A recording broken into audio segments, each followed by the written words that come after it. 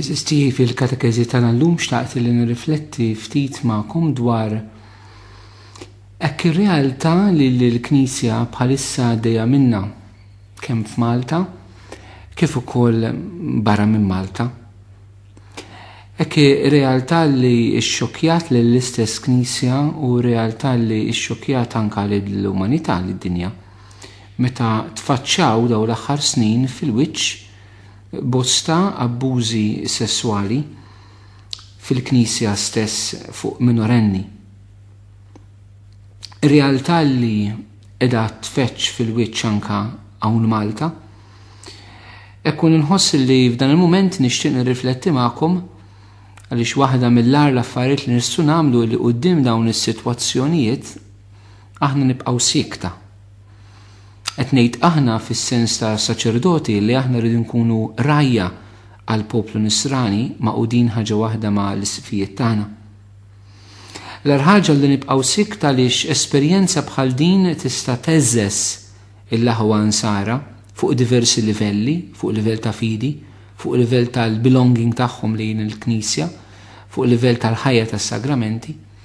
U l-ar ħaġa tkun jekk inħallu dawn il-ġrajiet għaddejjin meta l-medja tibbombardja kontinwament fuqhom b'mod li forsi mhux dejjem ikun jirrifletti eżattament il-verità wkoll tajjeb ta' min isemmija, però l-fatt jibqa' li hekk persuni primarjament li huma nsara li jisimgħu llum, jisimgħu għada, jisimgħu pitada, bombardjati fuq il-medja, bombardjati fuq il-post tax-xogħol, mistoqsijiet li jistaqsu n-nies, l-ar ħaġa jekk aħna saċerdoti nibqgħu siekta. Siekta għaliex il-poplu talla f'dan il-moment għandu bżonn direzzjoni. Il-poplu talla f'dan il-moment għandu bżonn mikun ta' dawl, mikun ta' gwida liħ. Is-skiet jista' jikkontribwixxi sabiex in-nies jitħawdu u jintilfu. U nixtieq l-ewwel eżistijek inħarsu ftit lejn is-sitwazzjoni. Jiena nixtieq insejħilha sitwazzjoni ta' dnub. Sitwazzjoni ta' dnub. Meta nisimgħu dwar abbużi u hawnhekk nixtieq nagħmilha ċara mill-bidunet f'din it-taħdida tiegħi li qed nirreferi għall-ebda każ partikolari, ma jien qed nirreferi għall-ebda saċerdot partikolari jew operatur pastorali, membru tal-Knisja partikolari, qed nirreferi għaċ-ċirkustanza kif inhi mhux biss f'Malta imma anke barra minn Malta. Imma ovvjament bħalissa l-ħaġa tolqot lilna wkoll, allura rrid nirrifletti anke għaċ-ċirkustanzi lokali tagħna. Jiena nsejħilha sitwazzjoni ta' dnub. Għaliex? Faċilment meta nisimgħu bl-abbużi jiġuna f'moħħna iva il-vittmi, ċertament ħan nitkellem dwarha, min ikun wettaq l-abbuż ċertament, però n-nisrani l-ewwel ġie f'moħħu huwa Alla li huwa offiż. L-ewwel persuna li huwa offiż f'dik ċirkustanza kollha fil-Knisja huwa Sidna Ġesu Kristu. Id-dnub eżistijej huwa offiż għal Alla. U jekk għandu jiddispjaċina għal xi ħaġa l-ewwel ħaġa, jiddispjaċina illi qed noffendu l-Alla fil-Knisja tiegħu. Jekk għandu jkollna dispjaċir u għandu jkollna dispjaċir, l-ewwel dispjaċiru li Ġesu qed jiġi offiż. Dak li ħabb il-bniedem u taħajtu għall-bniedem jiġi offiż meta l-bniedem jiġi abbużat. Din is-sitwazzjoni eżistijej nixtieq li narfuha bħala sitwazzjoni oġġettiva fejn Alla qed jiġi offiż bid-dnub. Inħarsu liha letteralment bħala sitwazzjoni ta' dnub. Sitwazzjoni ta' dnub eżistijej. U allura kien ħarsu liha mis-sitwazzjoni ta' dnub iridu naraw illi quddiem id-dnub Alla huwa ġust Wallu ħanin. Alla dnub u l-ħażen jikkundannah. Alla id-dnub u l-ħażen, Alla u d-dnub ma jgħixux fl-imkien. Alla li huwa mħabba ma jgħix ma' dnub. Alla jikkundanna id-dnub tal-umanità, id-dnub tal-bniedem, inkluż id-dnub tal-membri tal-Knisja. U ċertament l-attitudni tagħna tkun iva bħal ta' Ġesu, bħal tal-Alla l-imbierek. Il-dnub tal-bniedem Alla jistmerru. Id-dnub tal-bniedem Alla huwa kontrih. Id-dnub tal-bniedem Alla ma jaqbilx miegħu, dik il-ġustizzja ta' Alla. Però fl-istess ħin Alla qudiem id-dnub tal-bniedem juri l-ħnina tiegħu. Il-ħnina Alla mhijiex li jħalli kollox jgħaddi, il-ħnina Alla mhijiex li l-ħażin jgħid li hu tajjeb, il-ħnina Alla ma jfissirx li dak li hu ħażin inħallu ħaddej, jew nagħlqu għajn waħda, jew ma neħdux azzjoni. Il-ħnina Alla mhi xejn minn dan. Il-ħnina Alla mhix li jiskuża id-dnub tal-bniedem. Mhix jiskuża. Il-ħnina Alla hija l-ewwel tibda li verament bil-ġudizzju Alla, li verament hemm il-ħażen, però l-ħnina tkun kapaċi tmur lil illi tibdel din ir-realtà ta' ħażen f'mument ta' grazzja għal persuni, għall-individwi, għall-Knisja u għas-soċjetà.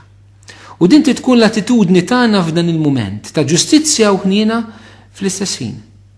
Ġustizzja fis-sens li dak li hu ħażin jgħidu ħażin, dak li għandu jkun kundannabbli għandu jkun kundannabbli kemm fil-Knisja u kemm fis-soċjetà. Kemm mill-aspett ekleżjastiku u kemm mill-aspett ċivili.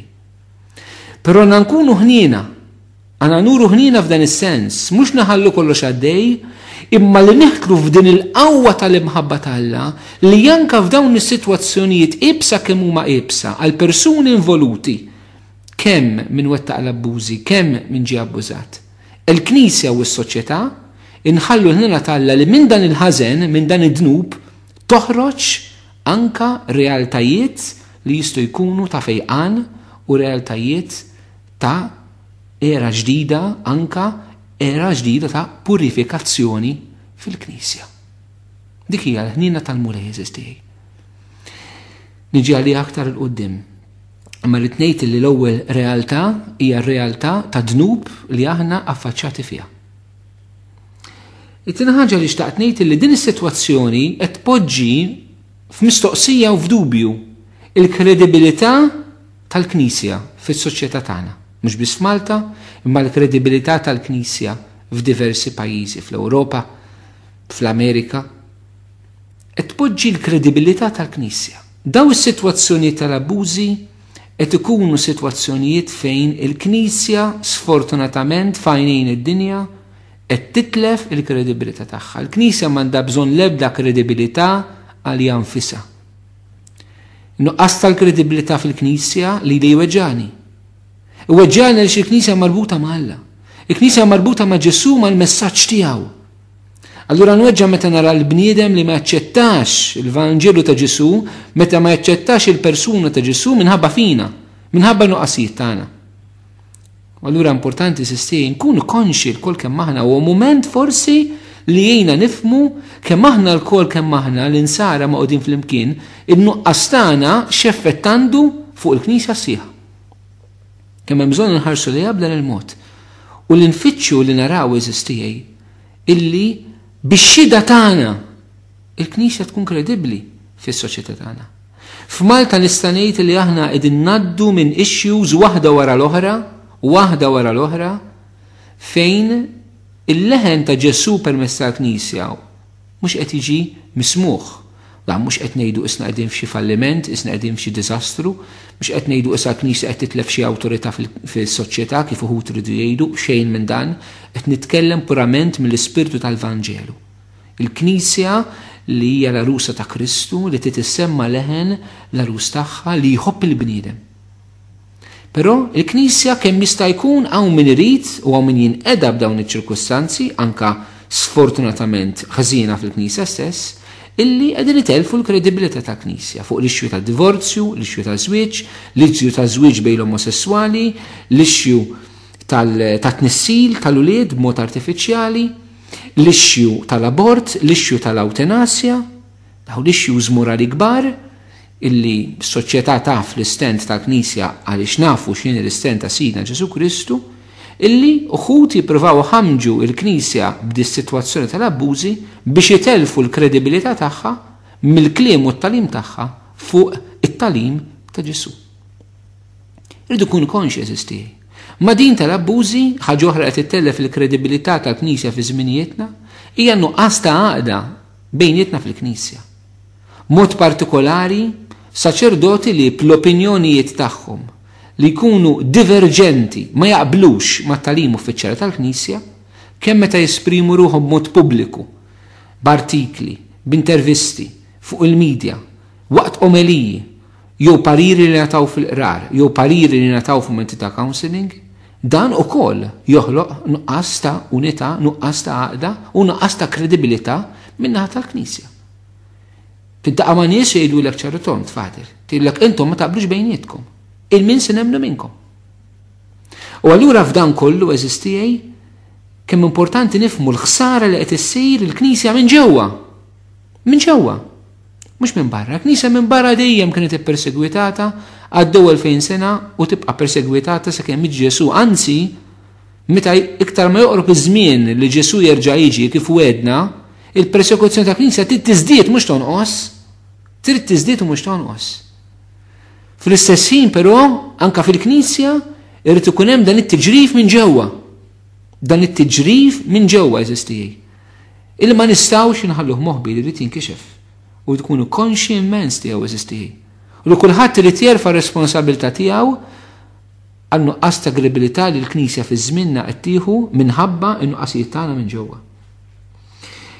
It-tielet aspett li xtaqt insemmi f'di sitwazzjoni eżistij li aħna qegħdin fiha hija eħel kompassjoni vera, reali, lejn persuni li sofru minn abbużi, kemm dawk li ġew pruvati fiċ-ċivil, kemm dawk li ġew pruvati fil-Knisja u kemm dawk li ma tkellmux. Dawk li forsi għaddew minn mument ta' abbuż minn membri tal-Knisja, però għadhom qatt ma tkellmu dwaru. U forsi għadhom iġorru dan l-uġieħ fil-qalb tagħhom li jiena minn hawn nagħmel appell. Li huwa mument mhux li jitkissru waħedhom għax it-tendenzi li meta xi ħadd jisma' b'dawn l-istejjer tal-abbuż huwa stess ikun għadda minn abbuż, jiftakar minn dak li għadda fiħu u jibqa' jgħix waħdu din it-trauma. Ċifri jiena konxju illi f'dan il-mument jista' jkun hemm persuni li qed jgħaddu minn problemi ta' abbuż li huma għaddhom minnhom kemm fil-Knisja kemm barra mill-Knisja. Nixtieq nagħmel appell u nħeġġiġkom mill-qalb jekk hemm uħud minnkom eżistijaj illi għaddejtu minn xi tip ta' abbuż, tavviċinaw persuni kompetenti illi jgħinukom kemm fil-Knisja kemm fiċ-ċivil. Tafu li l-policy tal-Knisja hija ħafna ċara. L-Knisja għandha l-organ uffiċjali tagħha, ir-response team fil-kurja li kulħadd jista' jmur javviċinah biex jagħmel dak li għandu jagħmel, u l-Knisja tħalli kulħadd fil-libertà li fuq dawn l-affarijiet anke imur jirrapporta lill-Pulizija lill-Istat. Però aktar minn rapporti qed nitkellem anke minn fejqan ta' persuni li bħalissa għax huma jkunu għaddew minn abbuż li forsi qatt ma tkellmu, jisimgħu b'dawn l-istejjer u huma stess jgħaddu minn traumi li jkunu għaddew minnhom qabel. Minn qalbi nixtieq nagħmilkom appell tgħixux dan il-mument waħedkom. Il-Knisja tkun qrib tagħkom. Il-Knisja tkun qrib tagħkom. Tkun qrib tagħkom bl-għajnuna bis-sapport permezz ta' nies professjonali għax dawn mhumiex ħobbs ta' kulħadd biex jeħendilhom, mhumiex ħobbs tagħna saċerdoti biex ngħinu n-nies joħorġu minn ċerti trawmiet li jkunu ħarġu jkun hemm bżonn għajnuna speċjalizzata. Aħna nistgħu ngħinu fit-talb, nistgħu nitolbu mal-persuni, però hemm bżonn anke għajnuna ta' persuni li huma professjonisti f'dan il-qasam. U nħeġġeġ eżistijaj biex ħadd ma jgħix mumenti ta' trauma f'dan iż-żmien waħdu, għax tista' tkun ħafna u ħafna diffiċli. Ntamilkom mill-qalb. Fl-istessin il-kompassjoni vera kif rajna fil-persuna anka tal-Papa, il-persuna tal-Isfijiet, inkluż l-Arċisqof tagħna l-Eċċellenza tiegħu Monsignor Paolo Cremona, u anka l-statements li kienu għamlu f'pajjiżna l-Eċċellenza tagħhom Monsignor Giuseppe Merċieqa u Monsignor Nicol Kawki fejn kienu kondannaw outrightly kull abbuż sesswali minn membri ta' Knisja, u l-Arċisqof Cremona li saħansitra talab maħfra anka fej dan seħħ. Hija mod ta' kompassjoni huwa pass forsi wieħed faċlejt imma billi titlob maħfra dawn mhux xorta seb aw le. Meta titlob maħfra l-persuna qed tirrikonoxxi li hija għaddiet minn dik is-sofferenza li hija kienet fil-verità f'dak li kienet qed tgħid. U l-maħfra nafu li hija l-ewwel proċess ta' fejqan. Jekk f'dan momenti importanti eżisti li aħna nitolbu għal persuni li għaddew minn dawn iċ-ċirkustanzi, persuni ġew abbużati. Importanti immens li aħna nitolbu għalihom. Importanti. Ma komplux ċerdu pjagi aħna nkunu aħna l-infejqu bit-talb bil-kliem tagħna. Ma nistax ma nsemmix persuni li huma stess wettqu l-abbużi, speċjali membri tal-kleru, illi faċilment meta saċerdoti jiżbalja nagħmlu festa kbira bih. Mhux qed ngħid il-medja m'għandix tirrapporta, mhux qed ngħid li ġustizzja m'għandix issir. Però meta nqisu fid-dinja kollha in-numri ta' abbużi sessuali li jsiru, meta nqisu min iwettaqhom, l-istatistiċi juru li l-membri tal-kleru, saċerdoti fil-fatti mhumiex il-maġġoranza, però huma l-iktar nitkellmu dwarhom. Mhux qed ngħid li m'għandix nitkellmu, mhux qed ngħid li s-soċjetà ċivili m'għandix titkellem. Imma qed ngħid li noqogħdu attenti li ma nitfgħux il-ħarsa tagħna fis-soċjetà fuq kategorija partikolari, pereżempju l-abbużi li jsiru fil-Knisja, u fuq abbużi li isiru f'istituzzjonijiet oħra, f'postijiet oħrajn, fuq rapporti li anke l-istituzzjonijiet tal-gvern kollu fuq abbużi, ma tittieħidx azzjoni. Faċilment illi namew b'faxxa ta' abbużi u l-bqija ta' persuni oħrajn li qegħdin ibatu f'ċirkostanzi oħra li mhumiex fil-Knisja, dawk x'inhu jsir għalihom, dawk min qed jiddefendihom anke fil-medja. Importanti eżisti illi jekk irridu nkunu verament iridu l-ġid tas-soċjetà u l-ġid tal-bnedmin kollha, ma nistgħux nitfgħu attenzjoni fuq kategorija fuq faxxa waħda. Eżisti. Allura l-bżonn li iva inħarsu mod sieħ. Minnaħa importanti li narfu ukoll punt oħra xtaqt insemmi jekk il-persuni li huma jkunu wettqu dal-abbuż. Il-bżonn li anke huma għandna bżonn nitolbu għalihom. Aħna Knisja. Aħna Knisja. Aħna nirrepreżentaw il-Ġesu li mhux biss ġustizzja u aħnina, ġustizzja iva u ħnina wkoll. Iva, nistgħu nidru tal-heroes f'dan il-mument billi kulħadd jikkundanna l-abbużi sessuali fil-Knisja, ċertament hekk għandu jkun. Però biex inkunu Knisja, irridu wkoll nuru l-ħnina. Il-ħnina ma jfissirx naħallu kollox għaddej, imma rridu nitolbu għal dan ħutna. Nitolbu verament għalihom. Għalihom personali, għal-ħsara li wettqu, ma l-ħsara li wettqu l-Knisja, għal-ħsara li wettqu fuq ħadd ieħor. Ma nitolbu. Mingħajr ma nkunu aħna l-imħalfin ta' ħadd. Mingħajr ma nkunu aħna l-imħalfin ta' ħadd. Inħallu fidejn min għandu jagħmel ġustizzja biex jagħmilha. Il-kelma tal-Alla tgħidilna kull awtorità ġejja minn Alla u għandna nirrispettaw l-awtoritajiet ċivili u ekleżjastiċi. Nitolbu mill jagħtihom id-dawl, nirrispettaw is-sentenzi ta' qrati ċivili u ekleżjastiċi. Però aħna nadmir li anke nitolbu għall-persuni. Ħaġa oħra li xtaqt insemmi fid-dawl tal-ċirkustanza li nsabu fiha hija il-fatt li qed tiġi oskurata il-figura tas-saċerdot fis-soċjetà. Mhux biss il-kredibilità tal-Knisja qiegħda fin-nofs, imma l-figura tas-saċerdot. U meta nħarsu l-importanza tas-saċerdot f'dan il-komunità nisranija. Is-saċerdot li bih marbuta s-sagramenti primarjament tal-qrar, bis-sagrament tal-Ewkaristija u x-xandir tal-kelma ta' Alla. Ix-xandir tal-kelma ta' Alla li huma marbutin daw it-tliet eżistijej direttament mal-persuna tal-qassis, jixandar il-kelma, jiċċelebra l-Ewkaristija u jaħfar id-nubiet. Nies li jistaqsu mistoqsijiet u jgħidulek affarijiet, ġifieri rarta il-munstun erru aħna saċerdoti aħna fejn nafu s-saċerdoti d-nub tiegħu x'inhuwa. U l-qudies ta' daw is-saċerdoti li jidimbu dal-qudies jgħod validu dan il-mistoqsijiet li għamlu lili.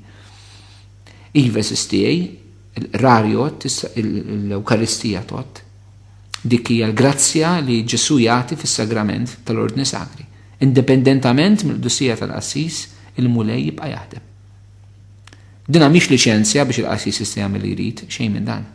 Din hija responsabilità għall-qassis biex impenja ruħu aktar fil-mixja tal-qdussija u fis-sejħa li Alla millu fil-ħajja tiegħu.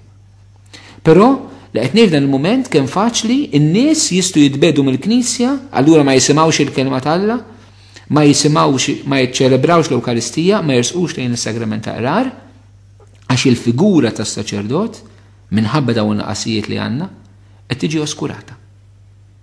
Qed ngħid dan biex inkunu responsabbli fl-emil tagħna, inkunu dar responsabbli fil-kliem tagħna, ma nuqqas ta' xi saċerdoti m'għandhomx jeħlu s-saċerdoti kollha, eżisti, ma nuqqas ta' xi saċerdoti m'għandhomx jeħlu is-saċerdoti kollha, u l-insara li huma konvinti għandhom ikunu sinjal f'dan il-mument li l-fidi tagħhom tmur lilin minn nuqqas u dnub tal-persuni partikolari. Tmur lilin minn nuqqas u dnub ta' persuna partikolari. Nixtieq nagħmel sfida f'dan il-mument biex il-poplu tal-Alla ma jitlifx il-fiduċja tiegħu fis-saċerdoti. Naf nies li huma nsara konvinti li l-abbużi sessuali fuq it-tfal iweġġawhom. Xi ħadd qal li fader li raqassis imur ma' mara jiena naċċetta. Mhux għax hija tajba, ma nasal li naċċetta b'moħħi li saret. Imma li jkun hemm abbuż fuq xi ħadd minorenni di ma naċċettajiex. Ġifieri nifhem l-uġieħ mhux biss ta' minnu abbużat, imma l-uġieħ tal-poplu ta' Alla. Nies li poġġew fiduċja tagħhom f'saċerdoti, fi kleru, fi knisja, u jisimgħu u jirrealizzaw b'dawn l-affarijiet. Qed nagħmel sfida sabiex Massikrana ma narmux il-qamħ il-barra, kif jgħid Ġesu fil-Vanġelu. Massikrana ma narmux il-qamħ il-barra. Massikrana ma narmux il-qamħ il-barra. Mal-ħażin ma narmux il-barra dak illi huwa tajjeb. U din dan kollu nemmen ħafna sistijaj li l-Knisja għandha bżonn tingħaqad. Il-Knisja għandha bżonn tingħaqad. Hija urġenti illi ninaqdu. Jekk se nħallu żmien jitwal, il-poplu tagħna jiġi bombardjat bil-medja fuq dawn il-każijiet, fuq dawn is-sitwazzjonijiet. F'sitwazzjonijiet oħrajn fil-Knisja li qed itelfu l-kredibilità tal-Knisja fis-soċjetà, nuqqas taqbil bil-qassisin, nuqqas taqbil bil teoloġi, is-sitwazzjoni tal-festi f'Malta kif hija, daw qed inaqsu l-kredibilità tagħna bħala Knisja. Jekk se nibqgħu mhux maqudin mifruda, ħatkun diżastru għall-fidi nisranija f'Malta. Jina nħossu qed nagħmel appell urġenti biex ikonna mument li ninaqdu fl-imkien bħala Knisja. Għandna bżonn ninaqdu fl-imkien fit-talb, nitolbu fl-imkien, għandna bżonn ninaqdu fl-imkien ħan nisimgħu l-kelma tal-Alla fl-imkien, u għandna bżonn ninaqdu fl-imkien sabiex aħna nkunu nistgħu nieħdu direzzjoni fl-imkien. Il-Knisja bħalissa titkun ir-raj tajjeb li jiġbor fl-imkien il-merla, titkun bħal Marija, bħal Madonna li ġabret fl-imkien l-apostli fiċ-ċenaklu. Hemm dan il-bżonn urġenti eżistijaj. Jekk ma nista' ninaqdu, jekk mhux se nkunu maqogħdin fl-imkien, fit-talb, fit-tagħlim fid-direzzjoni, se nitferxu u jidħol il-lupu li jagħmel ħerba mill-merħla.